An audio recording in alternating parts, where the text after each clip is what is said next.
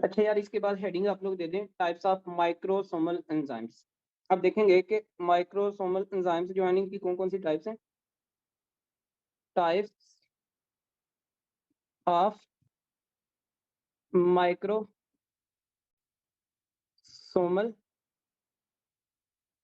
Enzymes. अच्छा देखें, there are several types of microsomal enzymes. There are several there are several types of microsomal enzymes। याद रखिएगा student, found in, और एक और बात याद रखिए, ये जो माइक्रोसोमल एंजाइम्स है ना, फाउंड इन हेपेटोसाइट्स। हेपेटोसाइट, और हेपेटोसाइट में किसके अंदर होगा?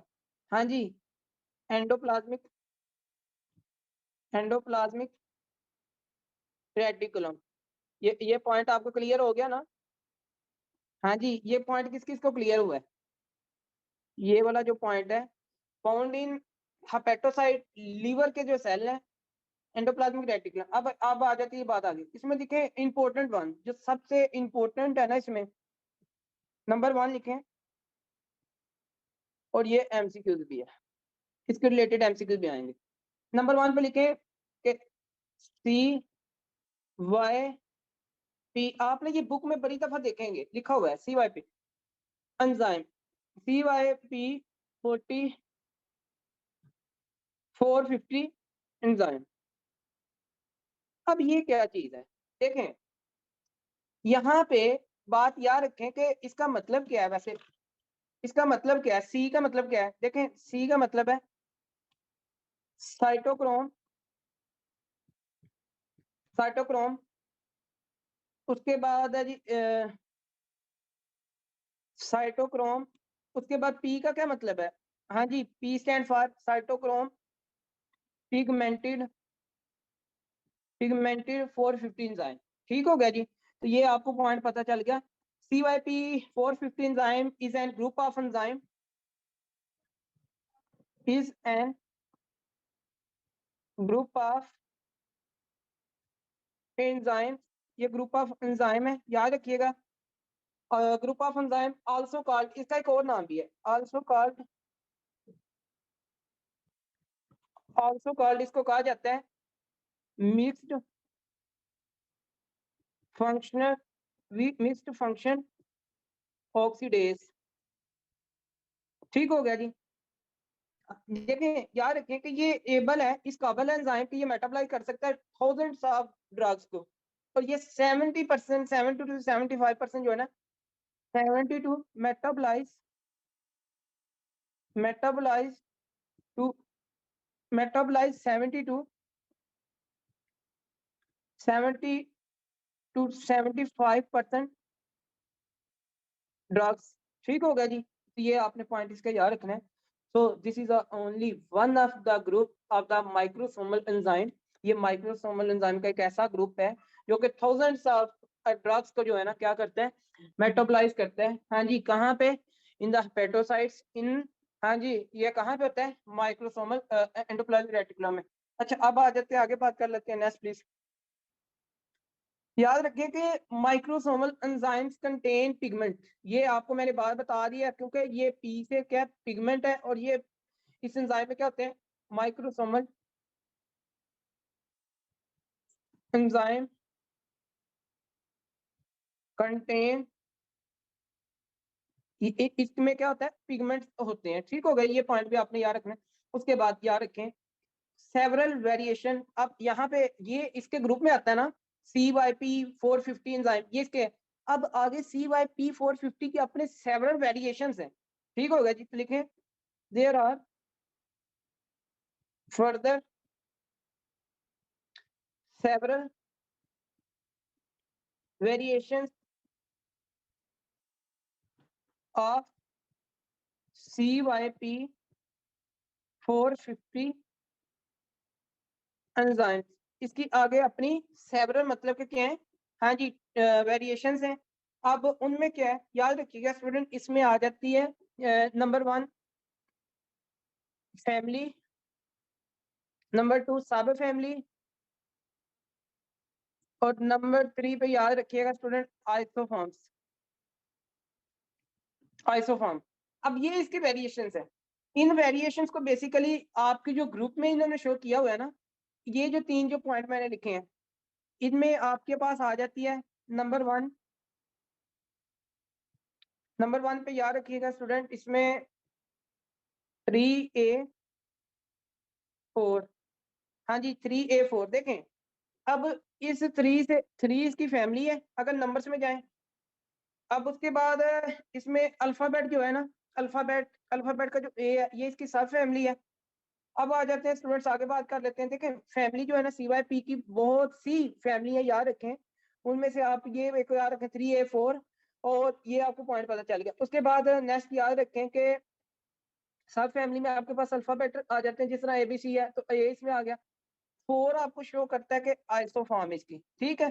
तो ये आपने याद रखनी है, फैमिली सब फैमिली आइसोफॉर्म, और ये भी आपको बुक में मिलेगी, ठीक है। बार बार आप देखेंगे मिनी गार्जन में जब आप रीड करेंगे तो सेवरल आइसोफॉर्म है इसकी, जो आइसोफॉर्म है ना, ये भी आगे इसकी सेवरल है, सेवरल आइसोफॉर्म्स हैं। अब सेवरल आइसोफॉर्म में आपको अगर मैं लिखवाना चाहूँ तो 3A1 है, इसमें 3A2 है, इस तरह आपके पास आ जाती हैं, ठीक होगा जी।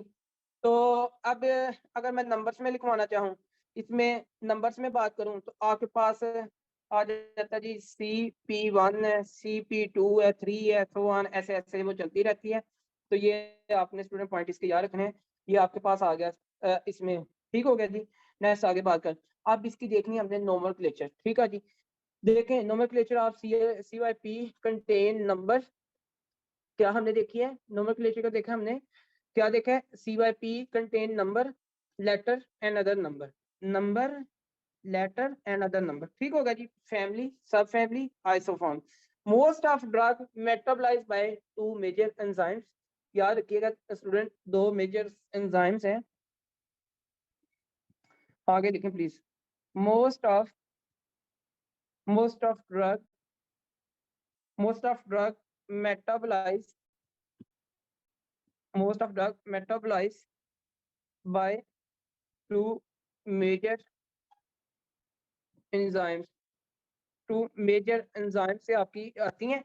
अब उनमें कौन कौन सी हैं इसकी टाइप में से लिखें, most of the drugs metabolize by 2 upper by 2 above enzymes, major enzymes कौन कौन सी हैं।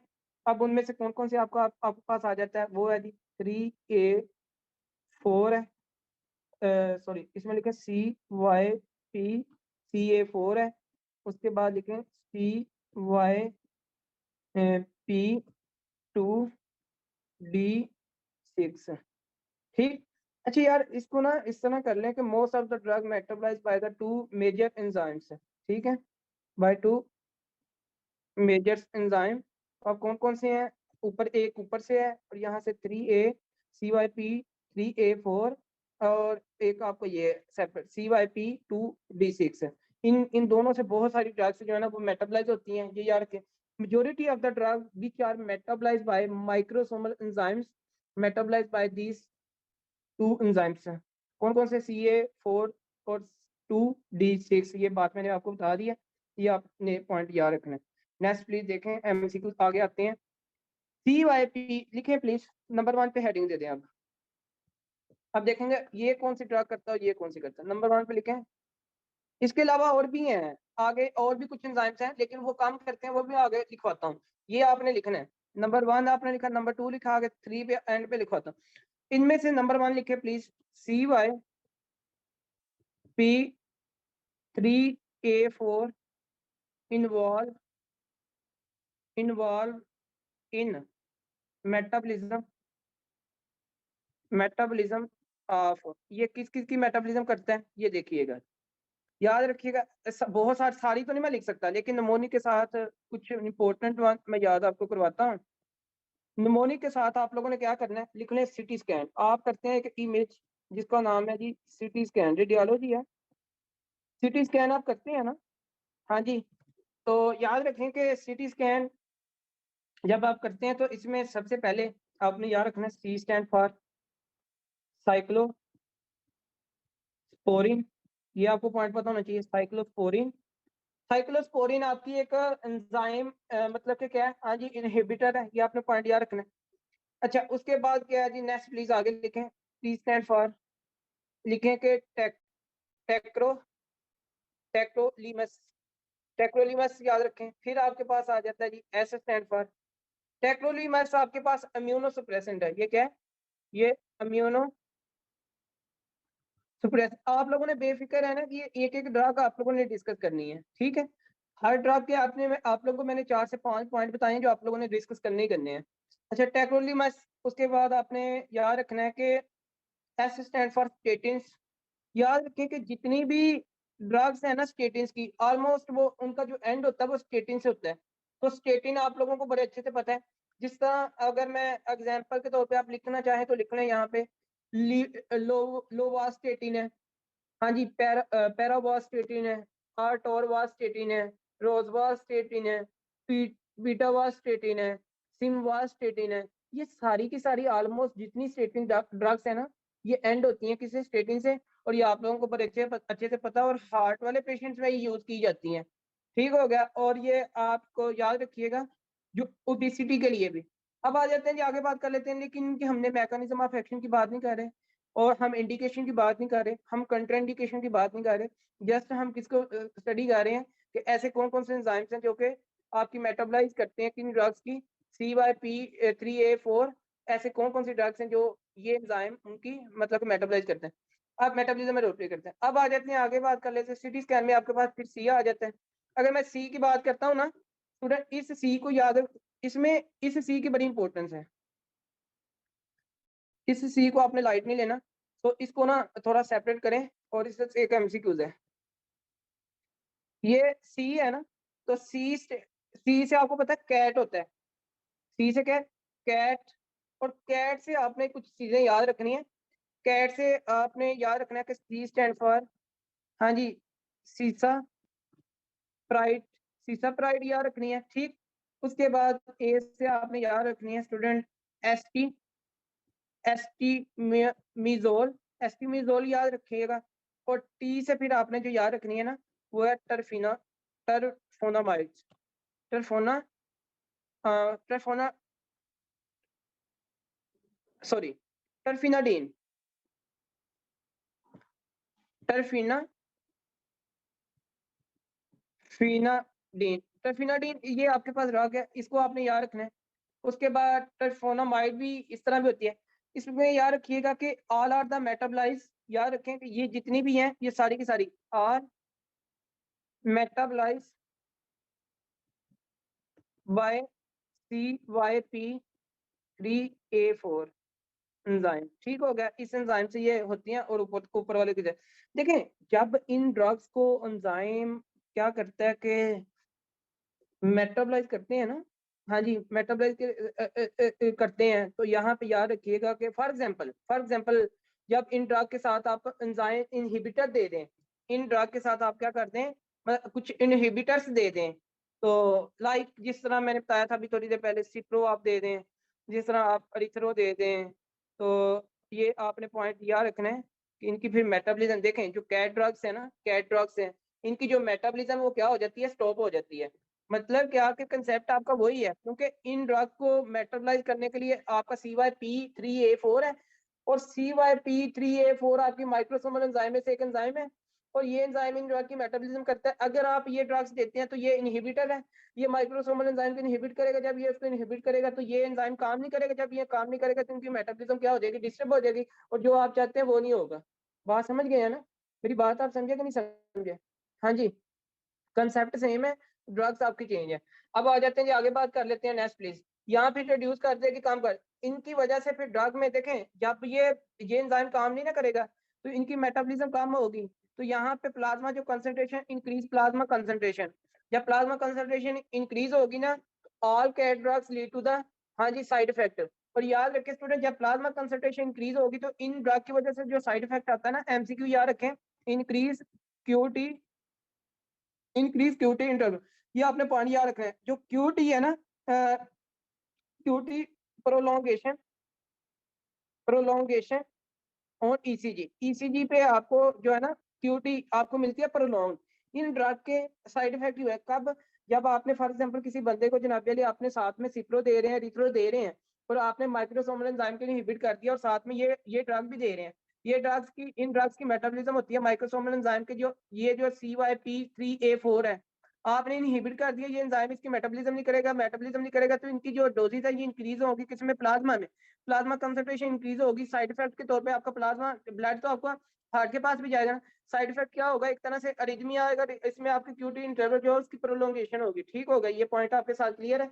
और ये आप इंशाल्लाह हम सीवीएस की जो फार्माकोलॉजी है ना वहां पे डिस्कस करेंगे। अब आ जाते हैं जी, आगे बात कर लेते हैं। Next please, A stand for, आपने ए सी से और फिर नेक्स्ट लिखें, A stand for, A stand for है ए मायो, एमायोड्रोन। देखिए एमायोड्रोन आप लोगों को पॉइंट पता होना चाहिए कि ये एंटी अरिथमिक ड्रग है। ये क्या है, ये एक एंटी एंटी अरिथमिक ये ड्रग है, ये आप लोगों ने पॉइंट याद रखना है, एंटी अरिथमिक है। उसके बाद याद रखें स्कैन है ना, एन स्टैंड फॉर आपके पास आ जाता है नेविट, नेविट।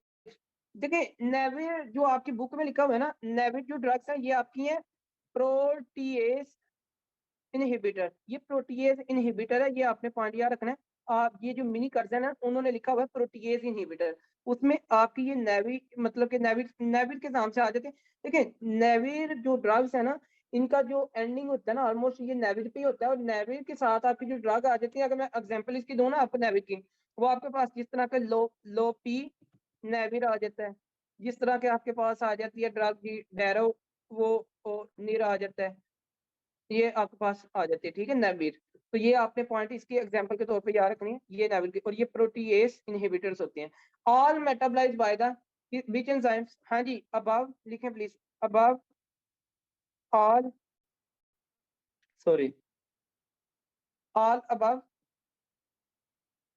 All above drugs metabolise, metabolise by, हाँ जी, metabolise by microsomal, microsomal enzyme, microsomal enzyme known as, known as, हाँ जी, CYP3A4, ठीक है जी, DA4।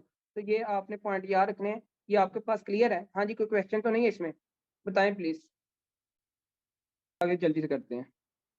इसके बाद आप लोग लिखें नेक्स्ट प्लीज, आप कैट को नहीं भूलना, कैट एक एमसीक्यूज है। नेक्स्ट लिखें प्लीज, नेक्स्ट लिखें नंबर 2 पे आपने लिखना है CYP2DX, ये भी आपके एक माइक्रोसोमल एंजाइम की क्या एक टाइप है, और ये आपने याद रखनी है। इसके लिए जो नमोनिक आपने याद रखना है ना, जिसका नमोनिक है वो नमोनिक है जी आपके पास है। याद रखें कि नमोनिक आपका यही सेम ही है, मतलब कि नमोनिक भी यही है, ये आपके पास है, यही नमोनिक है। नमोनिक कैसे, ये देखें, ये जो 2 है ना, अगर आप इस 2 को लेके जाते हैं अल्फाबेट में, मुझे एक बात बताए, मैं अल्फाबेट की बात करता हूँ, अल्फाबेट में इस 2 के लिए क्या आएगा, ए आएगा कि बी, जल्दी से बताइएगा। अल्फाबेट में इस 2 के लिए ए आएगा कि बी, बी आएगा ना, तो याद रखिएगा बी स्टैंड फॉर आपका बीटा ब्लॉकर्स। तो ये आपकी नंबर 1 जो आपने याद रखना है ना, इसमें इसमें आपको आते हैं जी बीटा ब्लॉकर्स, जितने भी है ना बीटा ब्लॉकर्स, उनकी मेटाबॉलिज्म में ये एंजाइम रोल प्ले करता है। ठीक हो गया जी। मोस्ट ऑफ, देखिए most of beta blockers metabolize by, most of beta blocker metabolize, metabolise by dash CYP2DX, ये इस एंजाइम की वजह से होते हैं। ये आपको पॉइंट पता होना चाहिए। नेक्स्ट डी से क्या आता है वैसे, हाँ जी, अगर डी से बात करते हैं तो डी से क्या होता है, डी से डिप्रेशनल ड्रग हो सकती है कि नहीं हो सकती, तो याद रखिएगा स्टूडेंट, डी से डिप्रेशनल ड्रग्स के की जितनी भी है ना, all depression drugs metabolism done by, हाँ जी लिखें, all depression drugs metabolism done by, almost लिखें, almost all depression drugs metabolism done by dash C Y T 2D6। ठीक हो गया जी। अब डिप्रेशन ड्रग की अगर एग्जांपल आपको दूं ना, इसमें एग्जांपल है आपके पास जिस तरह के SSRI, इसमें एग्जांपल है आपके पास टी ट्राईसाइक्लिक एंटी डिप्रेसेंट ये आपके पास है नंबर 1, नंबर 2 और नंबर 3 पे इसमें आपके पास, अच्छा इसका निमोनिक वो लिख रहे हैं एब्रीवेशन के सेलेक्टिव सीरोटोनिन रीअपटेक इनहिबिटर। ठीक हो गया जी, इसका ये इसकी एब्रीवेशन आप लोगों को पता नहीं। अच्छा उसके बाद इसमें लिखें SNRI। SNRI का मतलब ये है कि नो, देखें सीरोटोनिन आर से एन से नोर एपिनेफ्रीन और से वही आपका री अपटेक इनहिबिटर। ठीक, अच्छा ऑलमोस्ट ऑल मेटाबॉलाइज्ड बाय द, देखें लिखें ऑलमोस्ट ऑल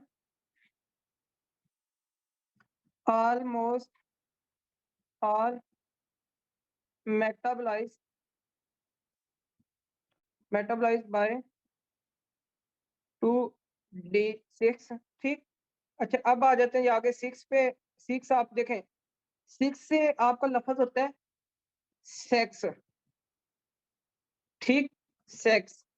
अच्छा सेक्स के में अगर कोई बंदा जब ड्यूरिंग सेक्स मुझे एक बात बताएं, हार्ट रेट इंक्रीज होता है कि डिक्रीज? हाँ जी, हार्ट रेट इसके दौरान क्या होता है, इंक्रीज होता है ना। जब during sex heart rate increase होता है तो आपको पता है बात अरिथमिया की तरफ जा रही होती है ना। हाँ जी, बात अरिथमिया की तरफ जा रही है, कि ये इसका नमोनिक है, ये इसका नमोनिक है। ठीक है, नमोनिक। अच्छा देखें, drug which use for arrhythmias, याद रखें, drug which use for arrhythmia, arrhythmias mean क्या के, मीन एंटी एंटी अरिथमिक ठीक होगा जी। मेटाबॉलाइज मेटाबॉलिज्म डन बाय हाँ जी, मेटाबॉलिज्म डन बाय, याद रखें स्टूडेंट, 2D6 एक्सेप्ट। अभी आप लोगों ने पीछे लिखा है, अगर आपको याद हो ना, अमायो, हाँ हाँ जी, अमायोडिनोन। मायोडिनोन बेसिकली आपका किस में आता था, सिटी स्कैन में। अगर आपको याद हो तो मायोडोन किस में था, सिटी स्कैन में, और ये आपको मैंने बता भी दिया उधर, ऐसे ही है ना। अब आपको समझ आई इसकी कि नहीं आई, मायोडोन का आपको पता चल गया। मैंने कहा था जी नंबर 3 पे भी आपकी कुछ होती है। नंबर 3 पे एक एंजाइम है जिसमें CYP450 के ग्रुप से, याद रखें कि 2C9 एंजाइम। अब कुछ ड्रग्स हैं जिनकी मेटाबॉलिज्म अंडर 2C9 एंजाइम होती है, और ये किसके ग्रुप में से है, CYP450 के, और ये आप लोगों को इसका पता होना चाहिए स्टूडेंट। देखें लिखें जी, देखें जो सी है ना, सी यहाँ पे लिखें जरा, सी निमोनिक, इसका जो mnemonic C, drug which use for the stop clotting, C से क्या होता है, क्लॉटिंग है ना, सी से क्या, क्लॉटिंग। तो लिखें drug which use for stop clotting, हाँ जी, clotting metabolism, mean anti coagulant, anticoagulant, हाँ जी, metabolism done by 2C9, 2C9, ठीक हो गया जी। तो हमने वारफरीन को डिस्कस किया था, अगर आप लोगों को याद हो, ठीक। मेटाबॉलिज्म बाय इसकी क्या 2C9, ये पर आपको पता चल गया। अब आ जाते हैं जी, 2 हो गया, सी हो गया। 9 की अगर बात करें ना, 9, ये 9 है ना, 9 लुक लाइक पी, ये पी की तरह आपको नजर आता है, ठीक है ना। तो पी स्टैंड फॉर, याद रखिएगा, फेनिटोन, एंटी एपिलेप्टिक, ये आपकी ड्रग है ना। वारफरीन एंड फेनिटोइन मेटाबलाइज, याद रखें, सिंपल में अगर बात करूं कि warfarin and phenytoin metabolism done by, हाँ जी, 2C9 एंजाइम, सॉरी एंजाइम लिखें यार प्लीज, इसमें एंजाइम CYP2C एंजाइम, तो इसमें आप ये लिख सकते हैं CYP, ये आपका साइटोक्रोम की एक टाइप में से है, ठीक हो गया, ये पॉइंट क्लियर है। इसके बाद लिखें नंबर 4 पे इसकी जो टाइप है, इसमें लिखें 2C19, CYP2C19 एंजाइम। ये मैं वो लिखवा रहा हूँ जिनकी इंपॉर्टेंस है, ठीक है, जिनकी सिग्निफिकेंट अपनी। अच्छा, यहाँ पे याद रखें कि ये जो है ना, आप लोगों को यहाँ पे जो सी है ना, आगे 19 है, और 19 का आई जो है वो आपको एल की तरह नजर आ रहा है ना, ये नमोनिक है इसका, नमोनिक। ये वाली जो चीज है ना, आपको ये वाली CL नजर आ रहा है, और CL से आपने एक ड्रग को पता होना चाहिए स्टूडेंट, नमोनिक के साथ क्लोपिडोग्रिल, क्लोपिडोग्रिल, ठीक होगा जी। और क्लोपिडोग्रिल आपकी क्या है, ये एक प्रो ड्रग है, ठीक हो गया स्टूडेंट, ये एंटी प्लेटलेट ड्रग है, एंटी प्लेटलेट ड्रग, ठीक होगा जी, ये आपको पॉइंट पता होना चाहिए। और क्लोपिडोग्रिल ड्रग की मेटाबॉलिज्म जो है ना, वो आपकी कौन करवाता है, हाँ जी, metabolism, metabolism done by 2C19, ये 19 है, ठीक है, 19। अच्छा, अब आ जाते हैं, आगे बात कर लेते हैं, नेक्स्ट प्लीज। और याद रखिए कि इस 2C90 को इनहिबिटर जो है ना, इसको इनहिबिटर जो है, इनहिबिटर जो ड्रग है, वो आपके पास है PPI। और PPI में से याद रखें, जो आपने याद रखनी है, ओमेप्राजोल, ओमेप्राजोल, ठीक है, ये MCQs है। बट अगर आपने किसी को, लेट्स सपोज के ये आपने दी है ओमेप्राजोल, और साथ में आप ये भी दे रहे हैं, तो फिर क्या डॉक्टर दिलावर इसका एक्शन होगा? क्लोप्रिडोग्रिल जो कि आप एंटी प्लेटलेट के लिए दे रहे हैं, क्या फिर उसका एक्शन होगा?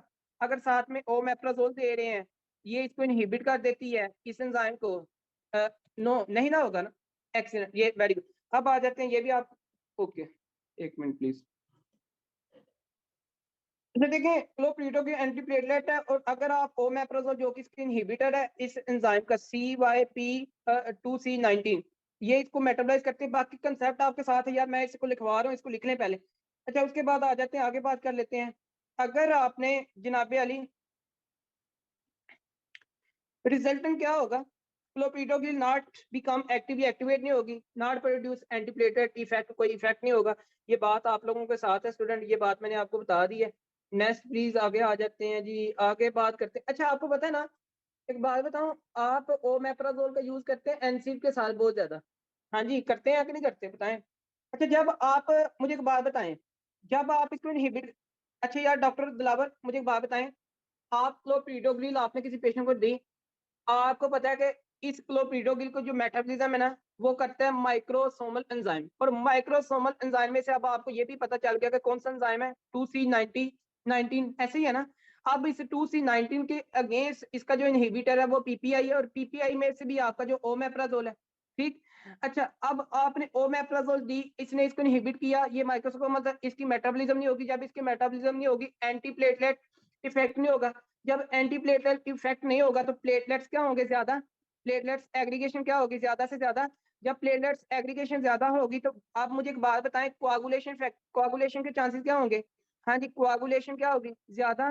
कोआगुलेशन ज्यादा होगी तो मुझे एक बात बताएं, इंक्रीज रिस्क ऑफ, हाँ जी, risk of MI, blood flow to the heart, हाँ जी, decrease, blood flow to the heart decrease. अगर blood flow to the heart decrease होगा तो इंक्रीज रिस्क ऑफ एमआई। अगर blood flow to the brain कम हुआ तो जनाब Ali increase risk of the stroke. ये सारी की सारी चीजें आएंगी कि नहीं आएंगी? हाँ जी, एक बात बताएं मुझे, आएंगी ना? अब क्लियर हो गया। देखें, पर्टिकुलरली याद रखें कि ओमेप्राजोल अवॉइड अलोंग, अब आपको ये पता चला, लिख लें कि ओमेप्राजोल अवॉइड अलोंग क्लोपिडोग्रेल। अच्छा, अब आपका यहाँ पे ये क्वेश्चन होना चाहिए कि सर फिर हम और क्या कर सकते हैं? याद रखिए कि इनके अल्टरनेटिव ड्रग्स हैं फिर हमारे पास कुछ। जिस तरह अगर आप ओमेप्राजोल इसके साथ नहीं दे सकते तो आप इस ओमेप पीपीआई में से देखें, पीपीआई में से आप लोग बड़े अच्छे तरीके से जानते हैं, पीपीआई में से आपको पता है ना कि इसमें आप जो सेफ है ना, फिर जो कम इसके साथ करते हैं, जो सेफ है फिर वो आपके पास पेंटोपेराजोल है। वो आपके पास अगर मैं बात करूं तो वो रेबी पैराजोल है। ये सारे के सारे आपके पास आ जाते हैं। ठीक होगा स्टूडेंट, आप फिर इनमें से कोई दे देते हैं साथ में। तो ये आपके सारे के सारे थे जी student, isoform of the CYP450। यहाँ तक क्लियर है? Any question please? हाँ जी, एनी क्वेश्चन? आप लोगों को कंसेप्ट क्लियर हो गया? अब यहाँ पे जरा थोड़ा सा देख लेते हैं।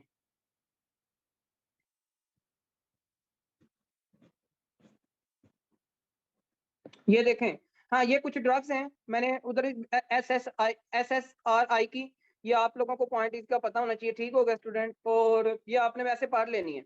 और ये इसकी ड्रग्स हैं SNRI की, और इसके बाद ये जो आपकी जो मैंने पीसी लिखवाई है, ये तीनों। ठीक हो गया? अच्छा, इसमें हाँ जी ये देखें, 3A4 मायोड्रेन मैंने लिखवा दी इसमें।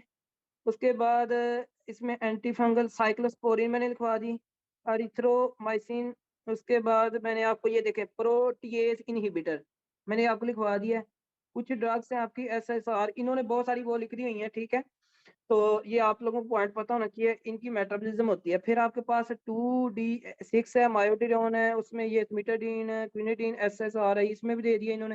लेकिन जो मैंने सीक्वेंस आपको बताया MCQ के लिए वो आपको पता है, ये 2C19 है, ग्लूकोनाजोल ओमेप्राजोल के लिए। ये इसको इनहिबिट करती है यार। ये वो ड्रग्स हैं जो इन एंजाइम को क्या करती हैं? इनहिबिट करती हैं। ये वो ड्रग्स हैं जो इन एंजाइम को इनहिबिट करती हैं, और ये वो ड्रग्स हैं जो इन एंजाइम्स को इंड्यूस करती हैं। ठीक हो गया? बात समझ गए? हाँ जी, ये बात समझ गए। और ये वो ड्रग्स है जिनकी मेटाबॉलिज्म होती है इनकी वजह से। ये वो ड्रग्स है जिनकी मेटाबॉलिज्म होती है इन एंजाइम से। मेरे ख्याल में आप पॉइंट को समझ रहे होंगे। देखें, यहाँ पे क्लियर कर देता हूँ। ये ये वाली जो ड्रग्स है ना, ये वाली जो ड्रग्स हैं ये इन एंजाइम को इनहिबिट करती हैं। और ये वो ड्रग्स हैं, ये वाली वो ड्रग्स है जिनकी क्या होती है? मेटाबॉलिज्म होती है इनकी वजह से। ठीक हो गया? अच्छा, अब ये वाली वो ड्रग्स हैं जिनकी मेटाबॉलिज्म होती है इन एंजाइम की वजह से, और ये वाली वो ड्रग्स हैं जिनकी वजह से ये इंड्यूस होती हैं, इनको नंबर इंक्रीज हो जाता है। बात समझ गए हैं ना? कंसेप्ट सेम है, बाकी आपके पास है चीजें। Thank you for listening, thank you for attention, for concentration. Class dismiss. Allah Hafiz.